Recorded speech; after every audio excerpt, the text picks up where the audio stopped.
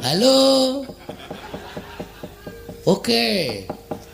Petro ora ono nek sampean goleki Petro terus arep dipateni niku nuwun sewu. Kula niku adine Petro ya, Mas. Petro niku masuk angin wae tak tileki tak keroki. Tak goleke apa jenenge? Counterpin. Tak goleke blonyo. Men supaya Petro sembuh.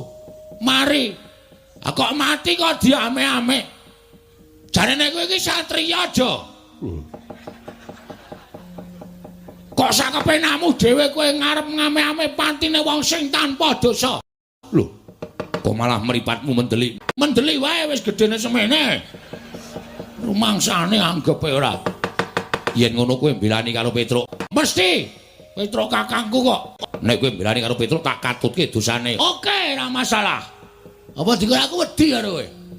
Rumangsamu semangkean. Yen mudar mbok men. Lho, malah malangkrik ning ngarepe Antarja. Malangkrik wae tangan-tanganku dhewe kok kowe lewel. Wani karo aku. Sing tawedeni apamu? Ora minggat bidhi amblek dadamu. Kowe wis tegel tenan karo aku. Hah? Kowe arep bidhi aku tegel tenan. Jo, ngono paran. Kowe ngerti aku anake sapa? Lho, anake Semar. Semar iki sapa kowe ngerti? Kae panjalmaning dewa.